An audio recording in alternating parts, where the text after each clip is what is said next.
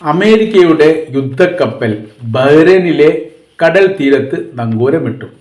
ഖലീഫ ഇബ്നു സൽമാൻ തുറമുഖത്താണ് യുദ്ധക്കപ്പൽ നങ്കൂരമിട്ടത് എന്നുള്ള റിപ്പോർട്ട് പുറത്തു വന്നു. USS നിമിൻസ് എന്ന ആണവോർജം ഉപയോഗിച്ച് പ്രവർത്തിക്കുന്ന ഒരേ ഒരു കപ്പലാണ് അമേരിക്കക്കുള്ളത്. അതാണ് ഇവിടെ നങ്കൂരമിട്ടിരിക്കുന്നത്. 5000-ലധികം നാവികരുടെ ഒരു പട തന്നെ ഇതിനെ നിയന്ത്രിക്കുന്നുണ്ട്. അതേപോലെ തന്നെ അറ്റാക്ക് ഹെലികോപ്റ്ററുണ്ട്, F-18 സൂപ്പർ ജെറ്റ് യുദ്ധവിമാനങ്ങളുണ്ട്. ഇതിനെല്ലാം അത്യാവശ്യം സൗകര്യ കാര്യങ്ങളുള്ള ഒരു വിശാലമായ യുദ്ധക്കപ്പലാണ് ഈ പറയപ്പെട്ട NSS നിമിൻസ് എന്ന് പറയുന്നത്. വിമാനവാഹിനി കപ്പൽ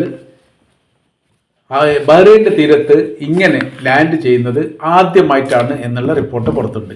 ഈ മേഖലയെ കേന്ദ്രീകരിച്ചുകൊണ്ട് അവർ പറയുന്നത് വടക്ക് കിഴക്കൻ ആഫ്രിക്കയും മിഡിൽ ഈസ്റ്റ്, ഏഷ്യൻ വൻകര പോലെയുള്ള 21ഓളം രാജ്യങ്ങളിൽ അവരുടെ പ്രവർത്തന രീതി നിരീക്ഷിക്കാൻ വേണ്ടി സാധിക്കും എന്ന് ഇതിനു മുൻപ് തന്നെ പറഞ്ഞിട്ടുണ്ട്. അതിൻ്റെ ഭാഗമായിട്ടാണ് തങ്ങളിവിടെ ലാൻഡ് ചെയ്തിരിക്കുന്നത് എന്നാണ്. എന്നാൽ അതിൻ്റെ മറ്റൊരു ഭാഗം റിപ്പോർട്ടിൽ പറയുന്നത് ഇസ്രായേലും അറബ് രാജ്യങ്ങളും ഇപ്പോൾ വളരെ കൃത്യമായ രീതിയിൽ അകന്നിരിക്കുന്നു.